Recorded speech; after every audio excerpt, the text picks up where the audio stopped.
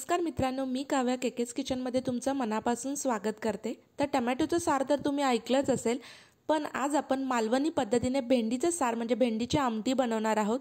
तर हे आंबट आणि तिखट चवीचं सार कसं बनवायचं ह्याच्यासाठी व्हिडिओ शेवटपर्यंत नक्की बघा।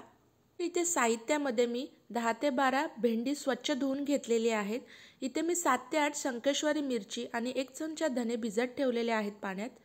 इथे एक छोटा कांदा मी उभा कापून घेतलेला आहे, 1 चमचा हळद घेतलेली आहे, अर्धी वाटी खोबरं घेतलेलं आहे, 7 ते 8 लसूण पाकळ्या आणि 1 टोमॅटो घेतलेला आहे। इथे मी अर्धा कांदा बारीक चिरून घेतलेला आहे, 4 ते 5 लसूण मी ठेचून घेतलेले आहेत फोडणीकरिता। कढीपत्त्याची पानं इथे घेतलेली आहेत स्वच्छ धुवून।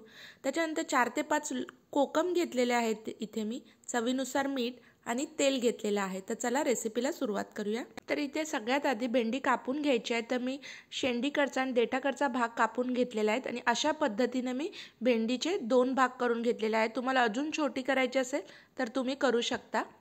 अशाच पद्धतीने मी सगळी भेंडी कापून घेते। तर इथे आपली भेंडी कापून तयार आहे। आता मी वाटण करायला सुरुवात करते। त्याच्यासाठी भिजत घातलेली मिरची आणि धने मी वाटून घेते। मिरची भिजत घातल्यामुळे काय होते, ती लवकर वाटली जाते। सोबत मी लसूण घालते आणि आधी मिरची चांगली बारीक वाटून घेते। तर इथे आपली मिरची चांगली बारीक वाटली गेलेली आहे। आता याच्यामध्ये मी कांदा, खोबरं, थोडीशी हळद आणि 1 टोमॅटो टाकून हे आपल्याला बारीक असं गंधासारखं वाटण वाटून घ्यायचं आहे। लागेल तेवढंच पाणी घाला, खूप जास्त पातळ करायचं नाही। इथे मी पॅनमध्ये आता तेल गरम करून घेते, कारण आपल्याला ना भेंडी आता चांगली तेलामध्ये परतवून घ्यायची आहे। तर तेल गरम झालं की याच्यामध्ये आपण भेंडी घालूयात आणि भेंडी आपल्याला व्यवस्थित अशी तेलामध्ये चांगली चरचरवू द्यायची आहे। एक 5 मिनिटं तुम्ही भेंडी सतत हलवत राहून ती परतवून घ्या। तर इथे आता भेंडीवर मी चवीनुसार मीठ घालते, जेणेकरून भेंडीला सुद्धा चव येईल आणि आपल्याला अजून 2 मिनिटं पुन्हा एकदा परतवून घ्यायचं आहे। इथे 5 मिनिटं झालेली आहेत। आता मी गॅस बंद करते। इथे भांड्यात मी तेल गरम करून घेतलेलं आहे आणि याच्यात मी ठेचलेला लसूण घातलेला आहे। तुम्ही सुद्धा लसूण ठेचून घाला आणि खूप छान अशी चव येते। सोबत मी फोडणीला कढीपत्ता आणि जो बारीक चिरलेला कांदा होता तो सुद्धा घालते। कांदा आणि लसूण चांगला लालसर होईपर्यंत आपल्याला परतून घ्यायचा आहे। इथे कांदा लालसर झालेला आहे। आता याच्यामध्ये मी हे वाटलेलं वाटण घालते।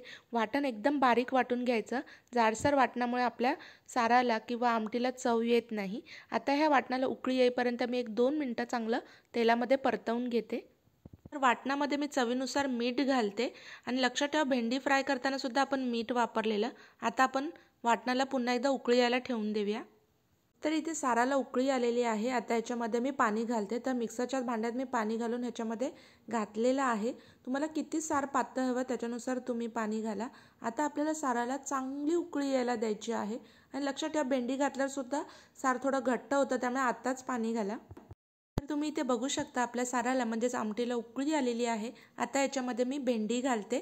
भेंडी घातल्यानंतर याच्यामध्ये मी जे कोकम होते ते सुद्धा आत्ताच घालते, म्हणजे आपल्या ज्या साराला मस्त अशी आंबट चव सुद्धा येईल।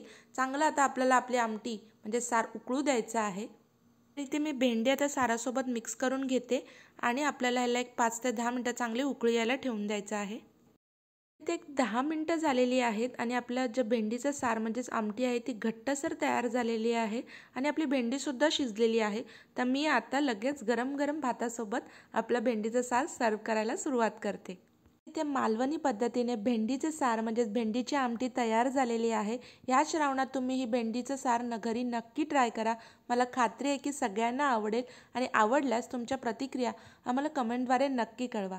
आता इथे मी गरम गरम वाफळलेल्या भातासोबत आपलं हे भेंडीचं सार म्हणजेच भेंडीचं आमटी सर्व करते।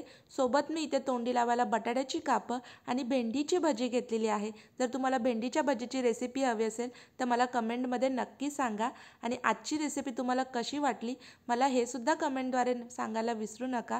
केकेस किचनला लाईक, शेअर आणि सबस्क्राईब करा। तुमच्या मित्रपरिवारासोबत सुद्धा रेसिपी नक्की शेअर करा। अशाच नवीन रेसिपीसोबत आपण पुन्हा भेटूया। तोपर्यंत धन्यवाद।